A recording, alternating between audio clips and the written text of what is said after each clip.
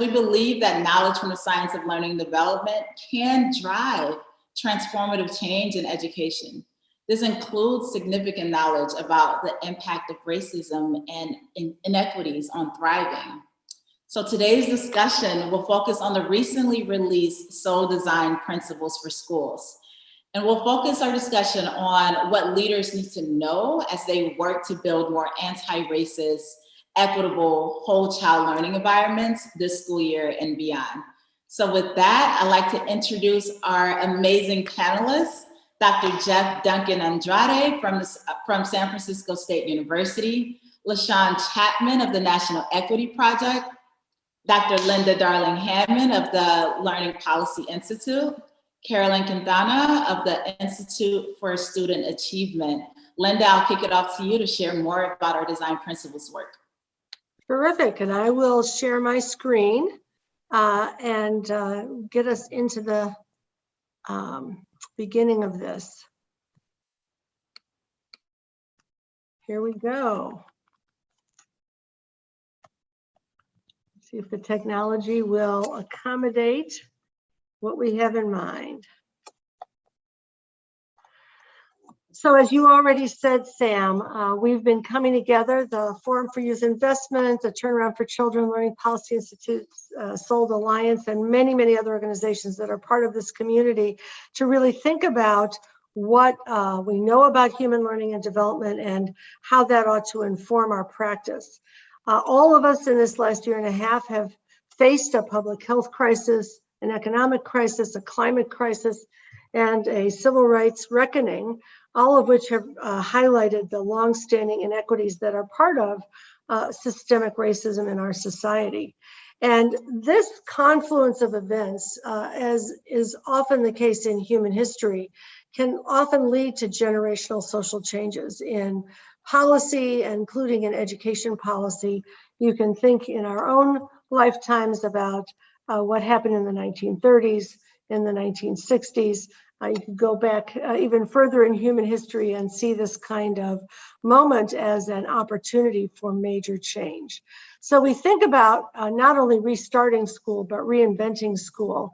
And in a piece that flowed from the Sold Alliance work on reinventing school, we noted that that means focusing on authentic learning, the kind that really matters to students because it's connected to their goals and their community, and equity, and harnessing the knowledge of human development, learning, and effective teaching that we've accumulated over the last century and that we need for the next.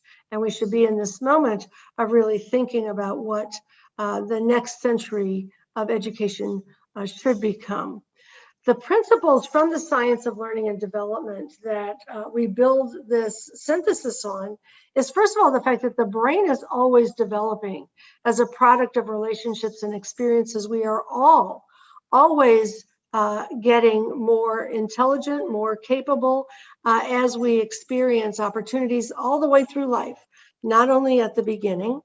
This means that, in fact, what becomes of each person is a function of those relationships and experiences, and all children we now know can thrive in supportive environments. It is not true that people are born and categorized into different categories that should determine their tracks in school and their conveyor belt into life, but in fact that we should be designing schools not for selecting and sorting, but for creating those relationships and experiences.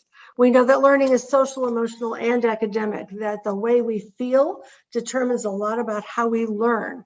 If we feel positively, if we feel trusted and trusting, if we are not stigmatized or viewed through a discriminatory lens, we learn in a much more powerful way than if we have anxiety, if we have stress, if we've experienced trauma, or if we're anxious about how we're perceived by those around us as a function of race, class, immigrant status, disability, or any other trait.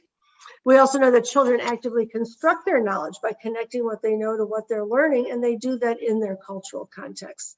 All of learning is about connections. It's about connections between neurons in the brain, and it's about connections between ideas and experiences that we've had and what we are learning about. We know that students' perceptions of their own ability influence learning. If they think that they are bad at math or unable to read, that will impede their capacity to learn those skills. If they feel confident that they can learn, the growth mindset that that creates will enable them to learn more effectively. And we know that adversity affects learning, that we need schools that are trauma-informed and healing-oriented, but we also know that relationships are the most effective antidote to trauma. And when we think about the way that neural networks in the brain are formed, we know that they're enhanced by rich environments, green space, physical and mental activity, mindfulness, social interaction, and emotional and cultural well-being, being rooted in an environment in which our cultural ways of being are supported.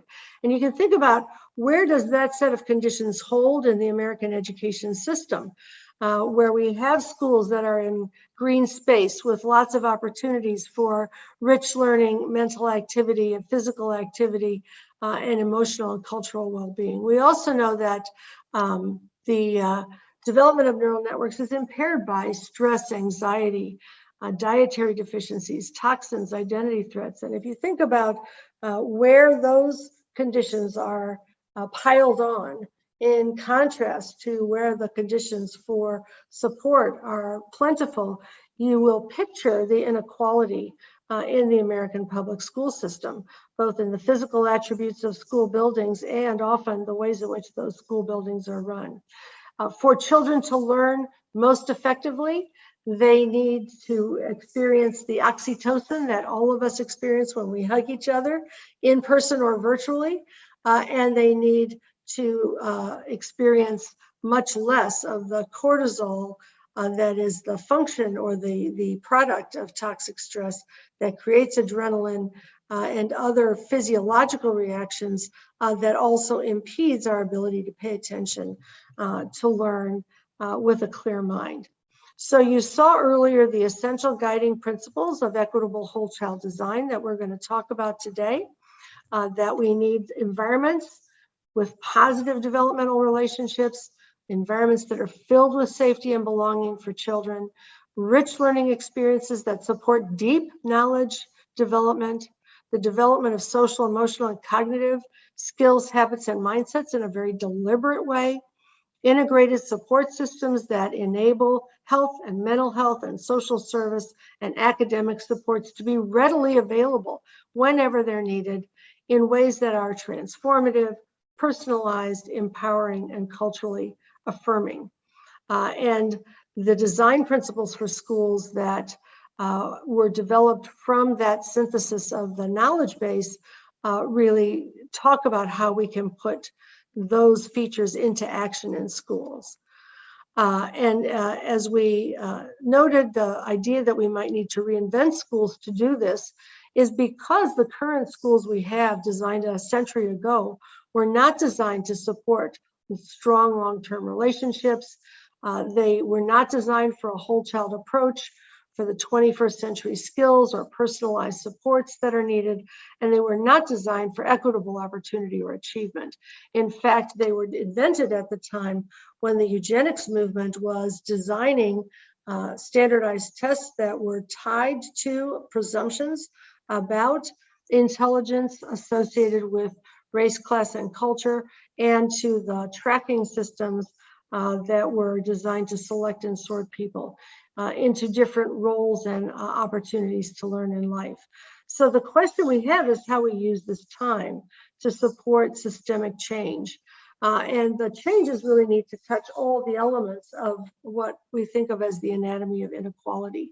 The poverty and segregation, which have grown much worse over the last 30 years as programs in the 60s and 70s that were addressing them were pulled away. The unequal school resources that are layered on that, the inadequate preparation of educators that comes with the inadequate resources, which then also drives unequal access to curriculum, and ultimately in too many communities, dysfunctional schools.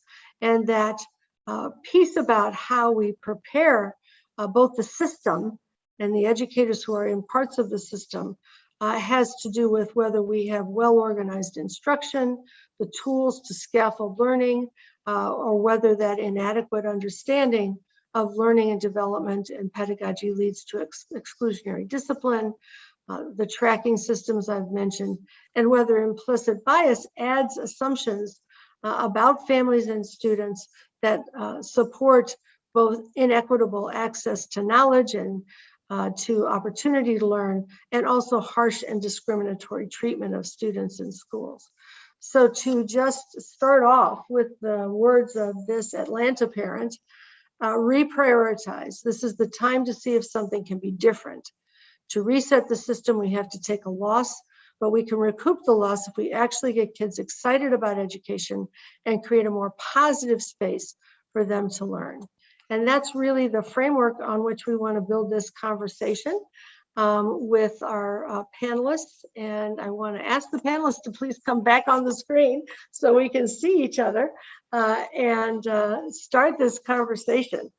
So we've talked about those 5 elements that are important to the learning and development of all young people, and particularly BIPOC students. And I will want to start with Carolyne Quintana, who was, when I first met her, was principal of Bronxdale High School, which we wrote about as an exemplar of these practices. All of those design principles could be seen in Bronxdale High School, which is an inclusion high school in the Bronx, and ask, how do you see these elements operating to support learning and development of students? Going off mute first. Thank you, Linda, and thank you for that introduction. I think one of the important things on this wheel is not just those 5 elements, but those pieces that hover around those 5 elements, right? The culturally affirming, the transformative, the personalized, and the empowering. And I think that these are ideas and principles that really were already at the heart of what we were doing or wanted to do at a school in the Bronx. I think I needed to focus on teacher and leader mindsets that matched that really believed that we could be transformative and that we're willing to put the effort in to create something that was personalized for our students. And then understood what it meant to be culturally affirming, that it wasn't just about stocking our library with books about Black and Brown children, but that it really meant listening and seeing and elevating the voices of, and really responding to the needs of the community, not just in conversation or in talking about current events, but also in the type of work that we did and how we asked them to investigate and include themselves in that work. And I think that, we talked about earlier, or you asked about, how we empower and all of those other pieces. And I think that part of it was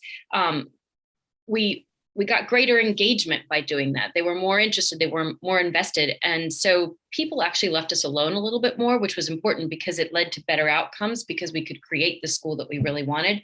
And those improved outcomes allowed us to keep pushing in this way. And so when we wanted to do things that were a little bit different, restorative wasn't a thing yet. We didn't really have the language for it. And yet we were part of designing this new blue book in New York City that told us how to do discipline.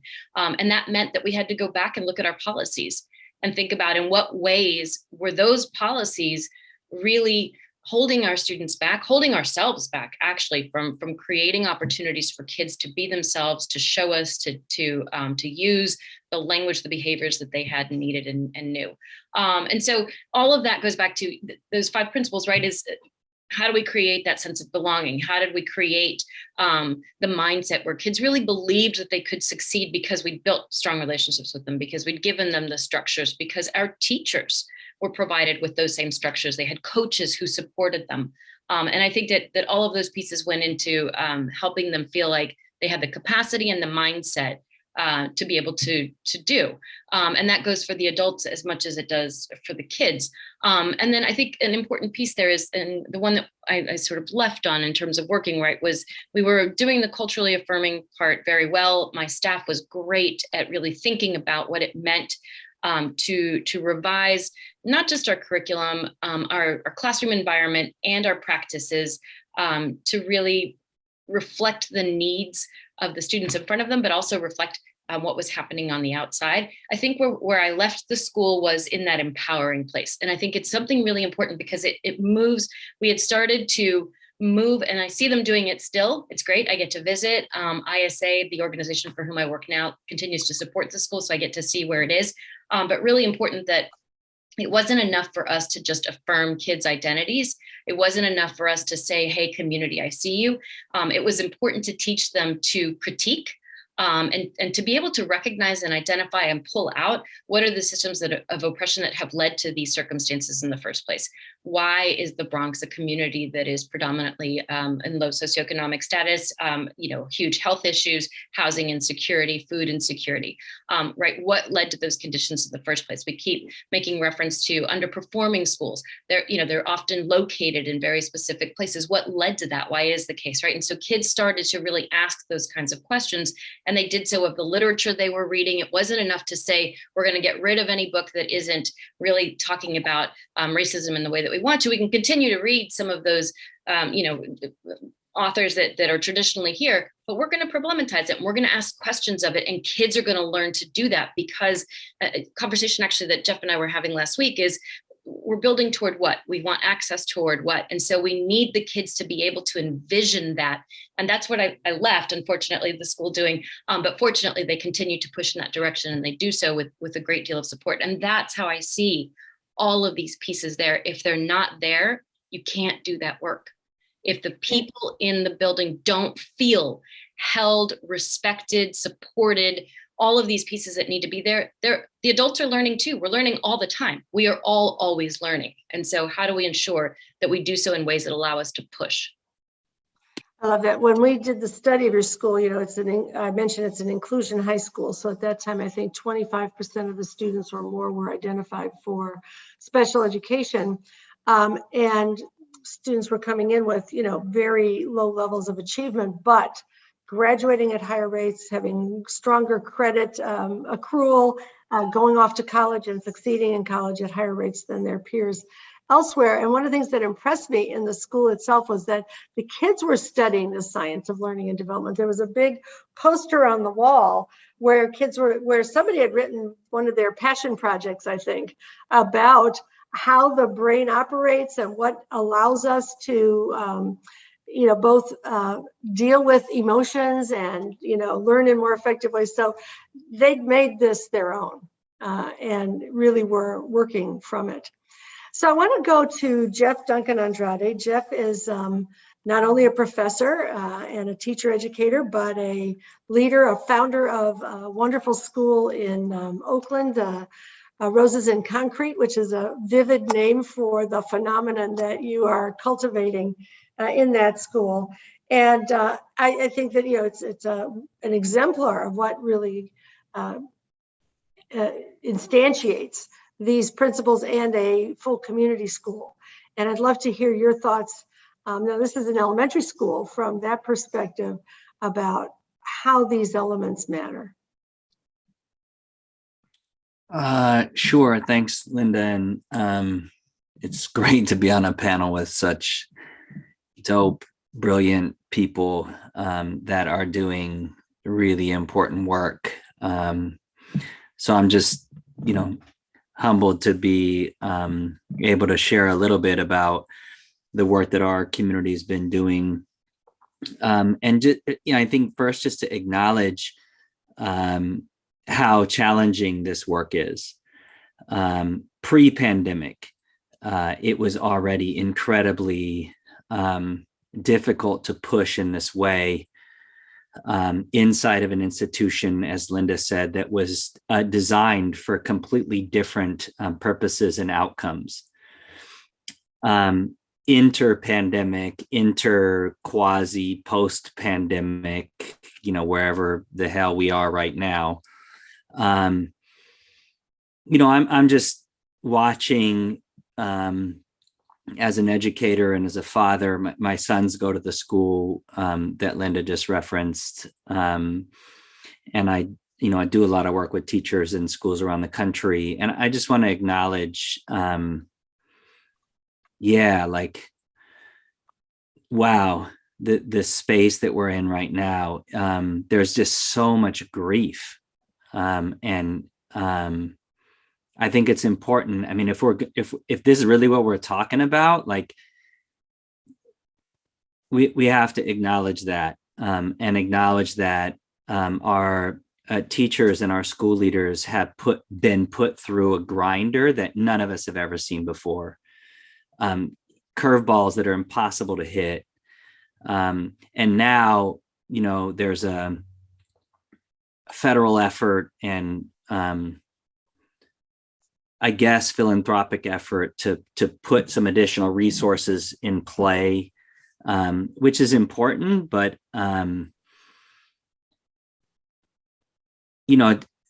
the kind of risk and position that our educators are in right now is uncharted. And for the reasons I think that Linda laid out, this is I've been at this for 30 years, and this is probably our best opportunity to fundamentally rethink the project. And I think it's important for those of us that are pushing and framing some of these conversations to also acknowledge that folks are trying to do this under the most absurd of circumstances. And the kind of headspace and bandwidth that you need to think through the kind of creativity that we're posing here is a really important consideration. And I want to continue to name that we have to create more space for educators, a la, I'm in Oakland, immediately adjacent to Silicon Valley. And the Silicon Valley's, you pick any business in Silicon Valley, and their single biggest investment is in R&D. And their framework around R&D is all about failure. And then a structured response to failure where it's like, we want you to fail, like go in, go hard, push edges. And then we have a whole investment infrastructure to learn from that failure to tighten and tighten and tighten. And I just don't see that enough in schools. I don't see that enough in the discourse around schools. And so we continue to fail generationally, right? And everybody decries it and finds it, at least rhetorically unacceptable. But there's no real strategic investment to think about. If we're going to do what we're proposing here, there's going to be widespread failure. That's not bad. That's good. Right? As long as we have the infrastructure to really understand what didn't work, why didn't it work, right? Don't throw it out, right? This kind of repetitive, try something new, it doesn't work as we drew it up, throw it out, start something new, right? The kind of trauma, institutional trauma that creates for educators, for school leaders, for children, is part of what has created such a conservative infrastructure in schools, right? Almost an allergy to being really creative and fundamentally rethinking, right? So the work that we've been doing is starting there and saying that we're not even going to have a debate about whether or not schools work, because they don't.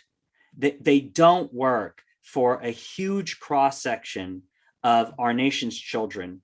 And we have absolute certainty that in the aggregate, schools do not work for the most vulnerable and wounded populations, which right now are exponentially higher because of the impact of the pandemic, which is why from a purely moral standpoint, this is absolutely the time to fundamentally rethink the project of public schools in a pluralistic multiracial democracy. But the focus has to be, as part of the rethink, the focus isn't about adjusting the institution. The focus has to first and foremost start with the most vulnerable and wounded populations. And you don't have to be a neuroscientist or a public health expert or a social epidemiologist to know that with absolute certainty we can say across states that the two groups that bubble up in that kind of terminology, the most vulnerable, the most wounded, are Black and Indigenous children, period, point blank. And there's no point in a debate about these things anymore. And I think that part of what we've got wrapped up in our field is an engagement in what is effectively a false debate, right? If you look at the definition of a debate by definition presumes that there is good logic on both sides of a challenge or a problem. And you debate so that you can bring that good logic and that good data, right, into a conversation to figure out what's the best approach forward. There simply is no good data or logic to accept that what we're currently doing in schools works for Black, Indigenous, vulnerable, wounded, poor, and working class children in the aggregate. And you can create all kinds of like cute anecdotal stories that are super compelling, right? But if we're really going to be data driven, then we're going to look at things in the aggregate. And in the aggregate, there simply is no evidence that what we are doing is going to work for those groups and those populations. So if we're going to be truly a pluralistic multiracial democracy, then there has to be a willingness to fundamentally rethink the purpose of public schools in this country, right? And I think that that's part of what this conversation is about, a repurposing, right? And that really starts with a lot of what Carolyne suggested in the work that her community was doing, that it starts with really ground truthing the reality and the material conditions and the historical trajectory that's led to those present day material conditions in your particular community, right? And this is why, one of the places where our community has been pushing the conversation is away from cultural responsiveness and towards a conversation about community responsiveness. Because what we've seen happen around the country as there's been this kind of sexifying of being culturally responsive, culturally sustaining, right, is that culture has become a proxy for race, right? Mm. And so they go into your school, Carolyne, and they're like, oh, well, you have like Black and Latino kids, and I'm in East Oakland, and we have Black and Latino kids. So let's carbon copy what they did in the Bronx, and let's do that in East Oakland. Even though all of the historical reality, although a lot of similarities, right, are fundamentally different, right? And this is kind of the byproduct of what we've seen from the charterization, right, of schools, and this idea that you can create a replicable playbook versus, right, because I think the concept of a playbook, not the one that we're offering here, but the way in which people often conceptualize a playbook is just tell me what to do. Because I'm so disconnected from this community and these children that just tell me what to do, right? And I think what the model that you've presented, Carolyne, is one that, well, the starting point is to really connect with the children in the community, and be humble enough to come in asking questions, and be humble enough to believe that our communities actually have answers about what we need and what our children need, right? And then, right, you take that community responsive ground truthing, right? And you say, okay, well, that's our purpose, is to deliver on that, the things that our community is asking from us. Then you can map it onto a heuristic like we're offering here, right? And say, well, how do those things make sense for the Bronx? How do those things make sense for the 3400 block in East Oakland, right? In these kind of like larger, right, senses and sensibilities. Yeah. But if we don't ask the children and the families and frankly, the educators first about what does this mean here, right now in your space, right? What we end up with is this model, right? This playbook. And, anybody on this call that's a parent knows there's no playbook. There's no playbook for the way in which I have twin boys. Right? If there was ever a space for a playbook, it'd be with twins. And they're so fundamentally different, right? The teaching there for me has been so important, right? Yeah. And so the bow on this response is really about thinking about, yes, we want you to be culturally responsive. Yes, we want you to be culturally sustaining. But what that means really begins with an authentic, humbled presence in the community that really maps around what are the threats to wellness? What are the threats to the children showing up fully into this community space? And how are we going to build an institutional and space by space response that acknowledges that and creates a pedagogy and curriculum that is reflective of that listening? Yeah. And I think that there's something that you said as I'm passing the ball to LaShawn that I want to reinforce, which is that we have to really rethink the purposes of schooling. Much of industrial schooling was designed for this selecting and sorting function. To think about the norm reference tests that were invented in the United States in the early 1900s, to put everybody on a bell curve on a single dimension, to design the test so that the right people would be at the top by the thinking of the people who were doing that work versus those who would be arrayed at the bottom and always norming against that privileged group, et cetera. But the purpose was really not to develop every individual their own soul potential capacity to be in the world in that way, but to really standardize the instruction and then use it for selecting and sorting. So I think that question about purpose is just fundamentally, and to produce some as this was in the text of the time, some as the managers, some as the workers, some who would take orders without questioning. We can sort of see how this plays out in lots and lots of ways. So LaShawn, you were involved in developing a lot of those schools that emerged out of the community in Oakland at a moment in time when you were doing work with a coalition of essential schools, and now you work with a lot of school leaders around how to develop the elements of schools that can be enabling for students. And I'd love for you to share your thoughts about what's most important in that work. Yeah, I appreciate that. And thank you both to Caroline and my brother Jeff. I'll pick up actually on this notion about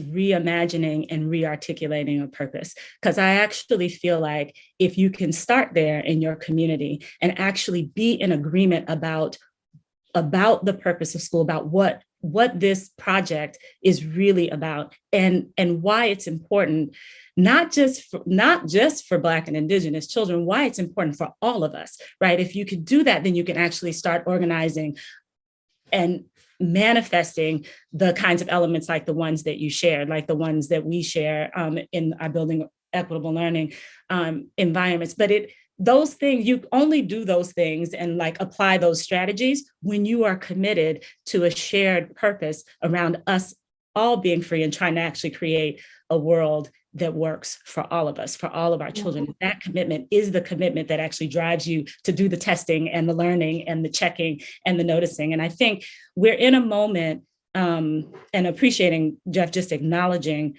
the unprecedented task that befits our educators right now. But we're in a moment that actually is providing us with a moral imperative to close, not the opportunity gap, to close the knowing doing gap.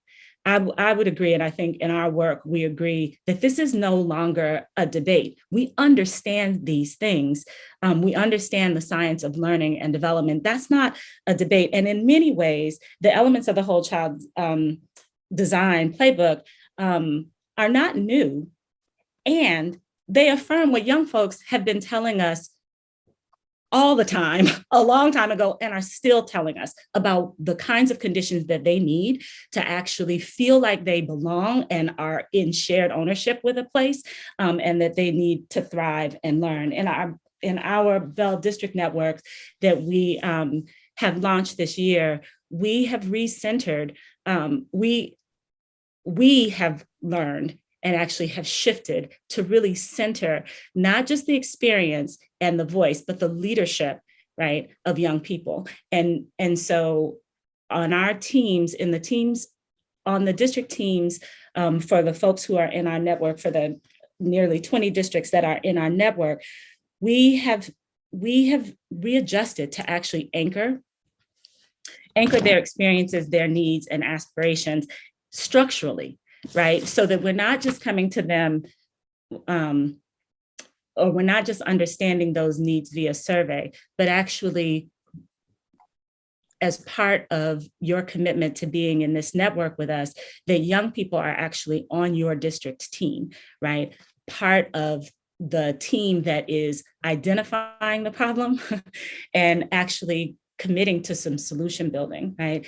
That they are sharing in the decision-making that is happening. And so in that investment, because it also doesn't mean you just throw young people in a room with some adults and then think that like somehow equity and decision-making and power is going to get shared. We all actually have to learn how to do that differently. And it means investing in our young people in a different way. And one of the things that we just came out of a couple of weeks ago was a youth liberation summit that was actually led by young people. These were college young people with support from some of our team that led nearly 100 young people over a week in a set of shared learning, building community, some education things. And at the outset of that week, they had created actually demands for their districts, which they will actually share and engage when we bring that whole network together. And I just want to read some, because to the point about our communities actually have solutions. There are many things that I think this moment is offering up to us for us to confront. And one of them is, do we think we can actually manifest the kinds of schools and learning environments that we say kids need by ourselves, right? Without young people or without communities and families that they are nested in. And we believe that the answer is no. But I think as folks who are on this call think about what they're going to go and run and do, right? We have to actually ask ourselves why we continue to design for and not with. And what is that toward? Young people demanded things that folks will find in this playbook. We demand to be treated with dignity and that our mental, physical, and emotional health needs be respected. We demand to determine the destiny of our education as primary stakeholders in the institution, right? Them saying these things. We demand a seat at the table in decision-making processes, right? That they demanded representation, that they demanded that they have diverse educators who look like them, that they demanded accurate histories and inclusive histories, right? That they demand actually safety and belonging for all young people, and especially queer and trans young people and young people with disabilities, like them understanding that the invisibility of any of them actually was intolerable. So how we think about reimagining and who we think should be at the table with reimagining is an important thing for us to actually wrestle with. Those belie structures and processes that you need in order to be able to do that well. But our young people have said what they've needed, and we have some questions to answer about, will we actually meet their demands now? That's great. That is, well, I want to kind of push a little bit further into this question. You know, we've been talking about in traditional schools as they were designed, there are many inherited practices that are at odds with what we've been describing as the goals. They're often advertently or inadvertently reinforce racial and other inequities, ranging from the testing and curriculum and tracking structures and so on to the zero tolerance policies that exclude students from schools and many other what we would think of as regularities of schooling, right? That are often not even questioned because it's just the way school is and has become. I remember when I was in one setting, a young man was talking about his school that he attends here in California, JFK High School. He says we call it jail for kids, right? So the way in which it manifests has just become a set of routines. So I want to talk about what one needs to do in terms of anti-racist practices that confront, that recognize and then confront and reimagine those regularities of schooling that are just part of the way school is in so many places. LaShawn, I was going to start with you on this one, which I think picks up right from where you were in your last answer, because you work with so many school leaders about this. We've worked together in different contexts around how do you engage in racial equity leadership, such that you can see and address those things that are often taken for granted. Yeah, I mean, one of the things that we're putting forward in our work right now is a liberatory design process, one that actually asks our leaders, and our definition of leader is expansive because we actually think that everybody in the system can take leadership.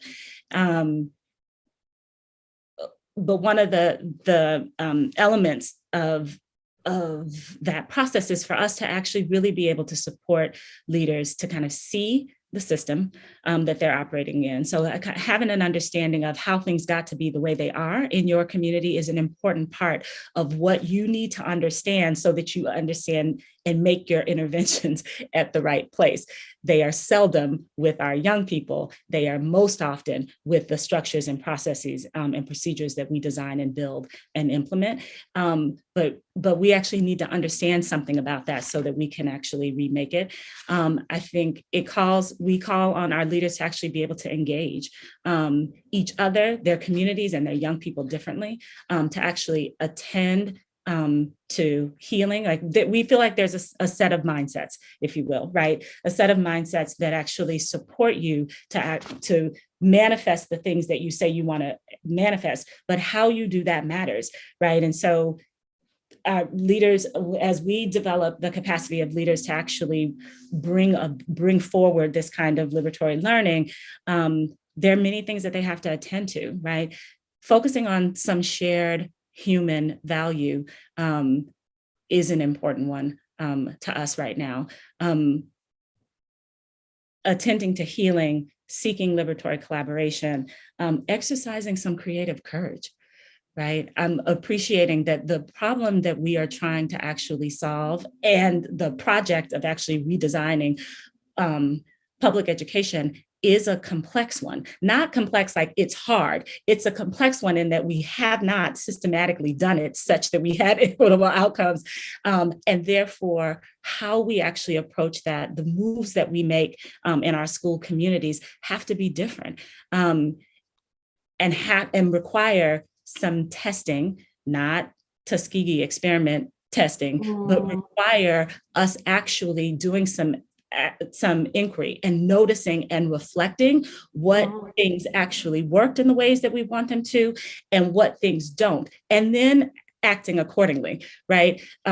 Amplifying those things that actually you learn are working and are providing the kinds of experiences that you want young people to have, and actually dampening, deadening, stopping, right? Those experiences, those things that actually bring about experiences that are harmful or more inequitable, right? That we do a lot of things in the name of equity, but we're not checking, right? The work of equity is not just in doing stuff, right? But it keep paying attention to what happens when you are taking action in one place, what is happening, and then being sure that you are responding to those things in ways that actually get you closer to what you want to be true. In the work of transforming power, recognizing oppression, like all of those things are mindsets that we think are important as people try and navigate this. Now, we do this in a liberatory design cycle that helps you be explicit about what you think, what the problem is you're trying to solve in any given moment. Coming together and actually listening to how does that problem manifest? Who has that problem? What do we think in this community about what, like actually enrolling people in that and listening for what that is, but also keeping those folks for whom you think you're designing for at the table to actually begin to share some ideas about how it could look different, right? And probing and testing and listening and learning and correcting. And so that iterative process, I'm appreciating Jeff talking about Silicon Valley, right? One of the reasons there is such high tolerance for failure is because, unlike schooling, where you would think that we would be holding failure as opportunities to learn, those places know that they're trying to solve complex problems that don't have easy or linear answers. And therefore, failure is required in order to get to the thing that you are trying, in order to get to the result or the thing that you're trying to get to. We have to include more of that. Mm-hmm. I was going to draw that thread back to what Jeff had been talking about, that, you try things because you have an intention. Some aspects of it may work, some aspects may be problematic. You've got to tease it apart and then figure out how to keep going. The other piece, I think, of that, progress is quite often, if you take the system we have and the mindsets that are often in that system and bring in new things, they will be distorted in that process. So I'm thinking about the places where, efforts to infuse some approaches to social emotional learning became weaponized. That kids then became, it became a way to punish kids who were not exhibiting what somebody thought was self-regulation, rather than a way to, build a strategy for kids being able to become more empowered themselves, in that process. So that trying and learning and inquiring and getting feedback process, and then really getting back to root causes, like, okay, if this is playing out in a particular way, what's going on here? Or I remember, many times when folks have detracked in high schools and, more kids of color and more kids who had not previously been in advanced courses would be, enabled to attend them, but teachers who were committed to the old view would say, well, they're not succeeding and they're failing. So you're not like actually getting at the root of the concern. So anyway, just the point that we need to have this cycle of deep inquiry as we're really trying to change the framework and the purposes of schools, as well as the tactics. Right. I'm reminded that we have just 9 minutes for Q&A from the audience. So I'm going to go to some of that and then maybe put a couple of questions out there and then ask you to address a couple of things at once. To the point about how things can often be superficially introduced to districts, Melanie Hobbs has this question: how do we combat state boards handing down executive orders such as this and withholding district funding for related professional learning? And I think she's quoting from maybe a school board. We're advising publishers and school districts to not incorporate unsolicited strategies such as social emotional learning and culturally responsive teaching. They're not called for in the specifications because they are not aligned to the BEST standards and therefore should not be in your instructional material. So I think that has to do with how do you really infuse strategies in a more meaningful and holistic way rather than superficially. And then a related question from Queasy Rollins, how are you? I can't see, but I know you're out there. So frustrated by the widespread use of terms like mindset shifts and liberatory this and that, but not a lot of clarity on the process for changing adult behaviors that will create the necessary conditions for mindset shifts and true liberatory design. So I think those are related in terms of how do we actually get the kind of change that is meaningful, holistic, genuine, and real. I'm going to let Carolyne start off if she wants to. Are you, do you want to take? Sure. And I'll actually, I saw some other questions too that were about more specificity. And so I'll try to be specific in whatever way possible. Yes. To Melanie's question, I'm not sure that I can answer the withholding district funding question really, but I'm actually, I don't mind that someone gets told not to use SEL and CRT, because great, don't Don't use this off-the-shelf program. Don't use the acronyms. Don't. If you're really integrating it into the framework of your school, if you really are thinking about what are the practices, the ideas, the mindsets, the strategies, the resources that we need to reach all of our students, then you don't call it CEL and you don't call it CRT. You call it the instruction that the kids in front of me and the adults in front of me need. And so there's no reason for that little prepaid package anyway. And that means really thinking about who are the organizations, what are the universities, who are my next door neighbor schools that are doing that kind of work from whom I can learn. Who are the people who are going to support me? Is there coaching available? Is there an organization that wants to come in and kind of just sit in my school for a year and teach us? And that's great. Because then it's not an add-on, it is part of who we are and how we do. And I think that that's way more effective.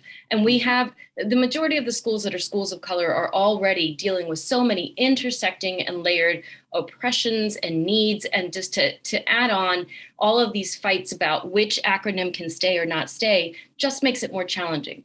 You know what people need. You've seen it in the chat. They've been talking about it from Dewey on to today, right? We know what needs to be there. It's in these 5 design principles. How do we make it happen? And the piece is that it's not one principle alone either, right? It's all of these things combined. Find what you need to do and who can help you with that.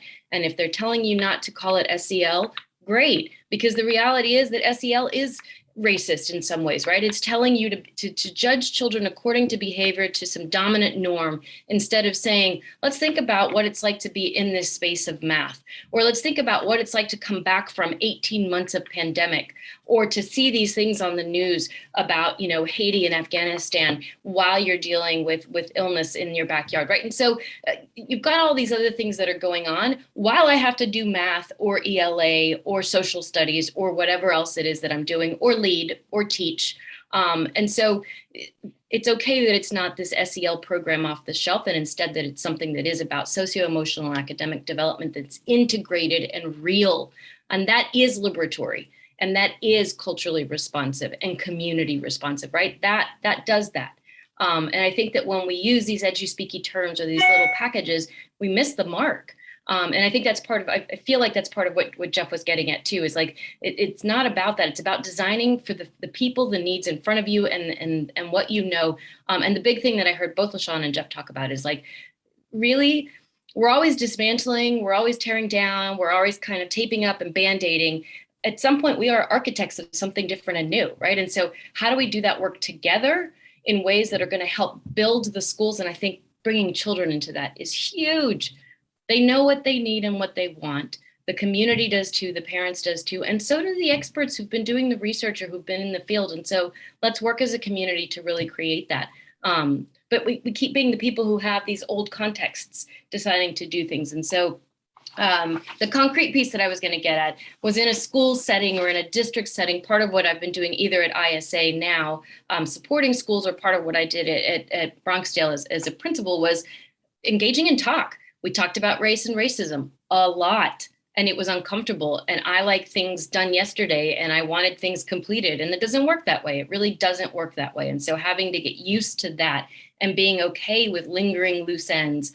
So talking was a lot of it. The other piece was just bringing in lots of opportunities for training, or saying, hey, this is available.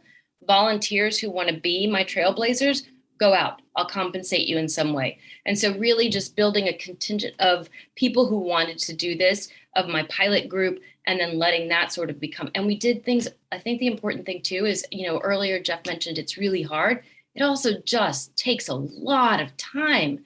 And so we're not going to fix it by next month. It won't be done by December. And we have to be okay with that, that if we are really making change, it takes a long time and a lot of effort, but you will see it. I saw it go from 50% grad or 40-something% grad rate to over 80% grad rate in a matter of years. That's not what I was aiming for. I was much happier with the comments that the teacher said, I have great autonomy, and the student said, in this school, people really care about me. But there are people who want to see the 82% grad rate. And so you saw that too, but it took years to get that. Yeah. Right. We are down to our last 2 minutes. I want to give LaShawn a minute, and I want to give Jeff a minute to just offer your last thoughts. This has been such a rich conversation. LaShawn, do you want to take 1 minute? Yeah, I'm just appreciating Caroline, your comments, and it reminds me of one of the things that I think is also important to say here.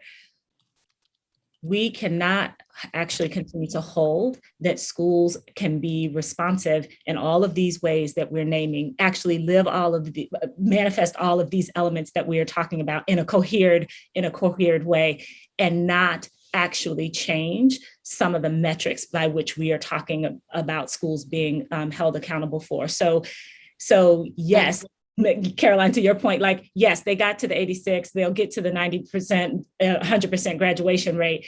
And we have got to actually have metrics that are expanding what we are saying is a successful school context. And if we don't do that, we'll keep asking our schools and our people in them to actually be responding to all these things and then holding them narrowly accountable to something else. Important point. I'm going to give Jeff his minutes so we could hear from him before we have to close. Mm-hmm. Thank you. Thanks, the goals. Yeah, I think the last thing I'd like to say is just echoing something that Michelle Fine told me once, my esteemed colleague who was at CUNY for a long time, and came up for me when Linda was talking earlier, that I just want to encourage everyone to, if you get into that space where it feels really uncomfortable and you feel like you're experimenting on children, like, I get why these changes are so, and the difference between Silicon Valley, that they're encouraged to experiment because that's their design, and our design is not to experiment. But I just want to say that what that presumes is that our existing systems are not an experiment on children. And they absolutely are. We are experimenting on children and have been from the jump. And what we know is that this is a failed experiment. There's no data to suggest otherwise. Right. So we have to experiment. We have to be committed to trying things that are fundamentally different than what we're doing, if for no other reason than we know that what we've been doing hasn't been working for the children that need us the most. And I would argue, frankly, for any children, right? Like, where are the school shootings happening? Right? Where are kids showing up and literally like killing their classmates and their teachers? These are in the spaces of schools that are quote unquote working. Right. And if not now, if not as a response to a global social and health pandemic, when are we going to do it? Right. So all I can say is, yeah, I get it. I get all the risk. I get all the pushback. And all I can offer you is that I'm down to support you. And I certainly don't have it all figured out, but I'm down to do the work to really fundamentally rethink the purpose of this project and ask the question, why are we taking children by law from their families at age 6 for 13 consecutive years? And if we can't answer that question in a meaningful and fundamental way for the people that we serve and for ourselves, then we are in a moral conundrum. And that's where I'm at right now, is really just answering that question and wanting to wrestle with what comes back when we talk about these things. And if I can support you in any way on that journey, please don't hesitate to reach out. I was just going to offer you for that purpose and make the closing comment that there's a question in the chat about how can we get help with this? And I want to note that all of the people on this Zoom, myself included, have started schools and work in contexts where we work with schools to help folks, make those next steps. Carolyne is at the Institute for Student Achievement, which works with a number of schools, mostly in New York City. LaShawn Chatmon is the head of the National Equity Project, working with districts and all kinds of organizations around the country. Jeff is at the California State University at San Francisco and working with so many folks all across the country and how to do this work, as well as in his own school and with folks in Oakland. Learning Policy Institute with our colleagues in the SOLD Alliance is offering supports for folks who want to use the design principles. So be in touch with any of us in the Sold Alliance. I saw another comment that people would like 75 minutes for the next webinar instead of only 60. We could totally have used those extra 12 minutes, but we're a little over the clock now. So I just want to thank these fabulous, not only panelists, but change agents in the system of education that we have in this country. We're so blessed to have your wisdom and your thoughts, and I look forward to all of us joining in that work going forward. Thank you.